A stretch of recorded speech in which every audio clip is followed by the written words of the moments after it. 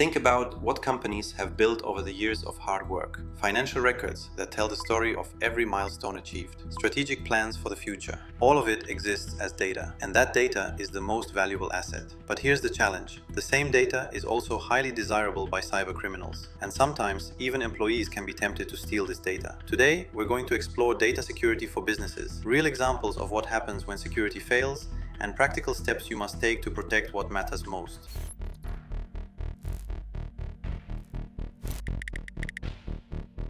In 2017, The Economist magazine published an observation that changed how we think about business. Data has replaced oil as the world's most valuable resource. Business records oftentimes include customer information, financial records, investment plans. They also include intellectual property, product designs, software code, trade secrets, and strategic information such as plans for new products, market expansion, and competitive positioning. Data flows through servers, cloud platforms, laptops, and mobile devices. It exists in different states: in motion, like an email being sent; at rest, like files stored on a server; and in use, like a document someone is working on right now. Understanding these states is the first step toward knowing how to keep that data safe. According to IBM's 2025 Cost of a Data Breach report, the average cost of a data breach is $4.44 million. But that's just the average. Major breaches can cost hundreds of millions when you factor in legal fees, regulatory fines, and reputation damage. But the same IBM research found that companies with strong security measures in place save an average of $2 million per breach compared to those without proper protections. Imagine business as a house. A well-built house needs strong walls, solid windows, and reliable locks. Your data security works the same way. You need protection across multiple areas. The first critical area is insider threats. Your employees are your greatest strength, but they're also one of the most common sources of security incidents. But most insider incidents happen accidentally. Someone clicks a phishing email, uses a weak password, or accidentally sends confidential information to the wrong recipient. But intentional insider threats do happen, and they're particularly dangerous because these people already have legitimate access to your systems. For example, an employee facing financial pressure might be tempted to sell confidential information, or a departing employee might try to take customer lists or proprietary files to their next job. Strong organizations don't rely solely on trust. They implement clear processes, access controls, and behavior monitoring that can identify unusual activity before it causes serious damage. The second critical area is your supply chain and partner network. Almost no business operates in isolation. You work with vendors, contractors, technology providers, and business partners. Each connection is a potential pathway into the systems. The SolarWinds incident of 2020 demonstrated this dramatically. Hackers compromised a widely used IT management platform, then used that access to breach thousands of organizations and use that platform, including major corporations and government agencies. Since then, companies worldwide have dramatically improved how they evaluate partners and collaborate on security standards. Due diligence on vendor security practices is now a critical part of risk management.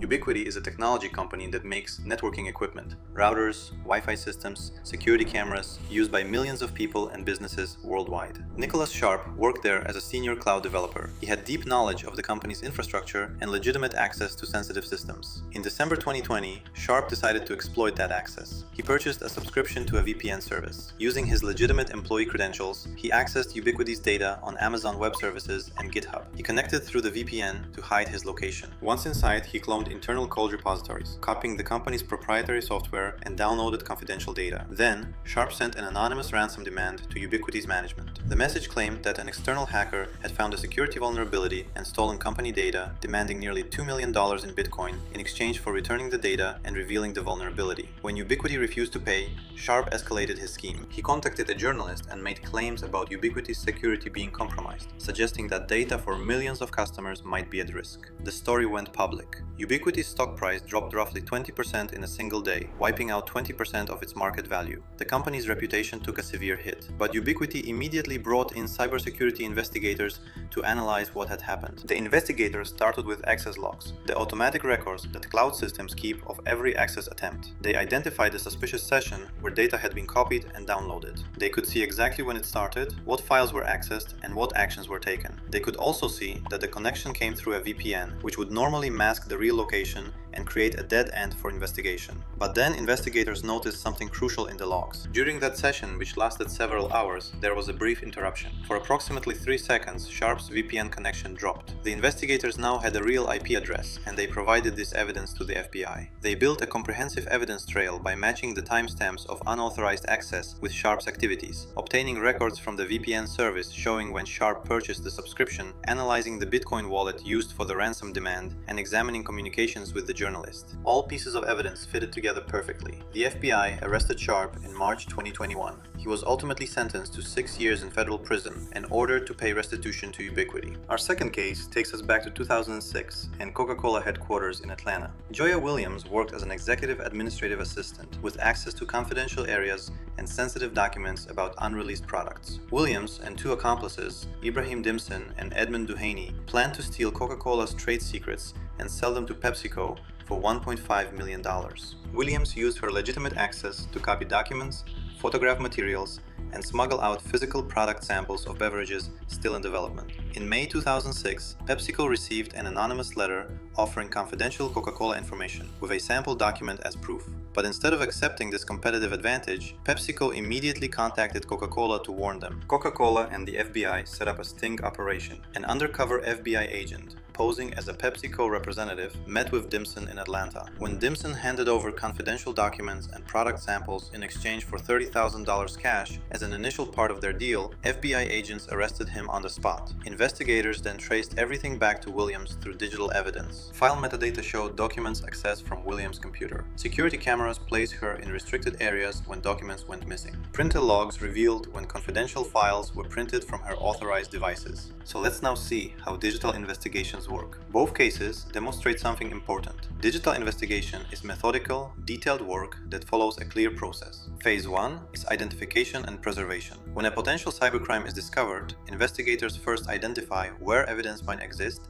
and take steps to preserve it before it can be deleted. They create a forensic image, an exact bit-by-bit copy of hard drives, servers, or cloud storage. Then analyze this copy while the original remains untouched, preserving the integrity of evidence for potential legal proceedings. Phase 2 is collection. Investigators gather all relevant system logs from servers and cloud platforms showing who accessed what and when, database access records, network traffic logs showing data movement across systems, and financial records, especially in cases involving fraud or cryptocurrency. Phase 3 is analysis. This is where investigators use specialized forensic software to piece together what happened. They reconstruct timelines by correlating timestamps across different systems, identify unusual patterns like abnormal access times or large data transfers, and recover deleted files from backup systems. They also examine file metadata to trace who accessed or modified documents. Phase 4 is correlation. Investigators connect digital evidence with real-world information. IP addresses get matched to internet service providers to identify users. Digital timestamps align with credit card transactions or security footage. In the Ubiquiti case, this created a complete timeline from VPN purchase to the 3-second connection drop to the ransom demand. And phase 5 is presentation. Investigators create clear visual timelines and simplified reports that non-technical audiences can understand, turning complex technical data into straightforward narratives for legal proceedings. Precision makes this digital evidence powerful, with millisecond accurate timestamps. The same systems that create evidence trails can prevent incidents from happening. Here are the essential protective measures organizations should implement. Step 1. Discover and classify data. Companies can't protect data they don't know exists. In modern enterprises with thousands of files across cloud services, servers, and endpoints, automated data classification tools like Searching from File Auditor scan the entire infrastructures to identify and categorize sensitive information wherever it resides. These solutions provide comprehensive visibility into what data exists, where it's stored, and what level of protection it requires. Step 2. Control access properly. The principle of least privilege means granting access only to what's needed for specific job functions. Both Joya Williams and Nicholas Sharp exploited overly broad access permissions. Access rights should be reviewed regularly and revoked immediately when employees change roles or leave the company. Step 3. Monitor for unusual behavior. Behavioral analytics systems learn normal activity patterns, then flag anomalies, like an employee suddenly downloading thousands of files or logging in at unusual times from strange locations. User and entity behavior analytics detects threats before major damage occurs by identifying deviations from established baselines. Step 4.